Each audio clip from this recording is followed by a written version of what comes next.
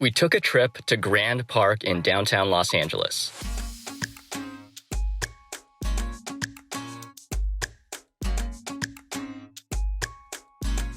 There are multiple green spaces for recreation and events, along with beautiful gardens.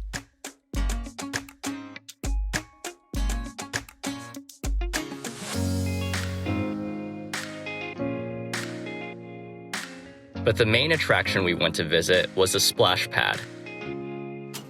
During the summer when it's hot, the splash pad is a great place for kids to cool down and play in.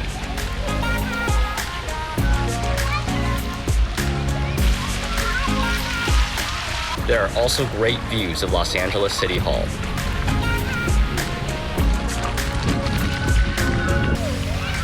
Look at this one. You can see the water.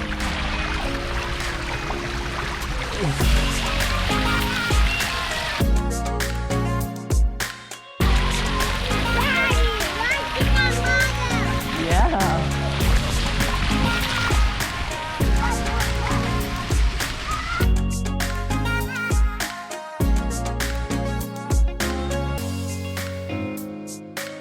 During the summer, the splash pad at Grand Park in Los Angeles is a great option for kids to visit.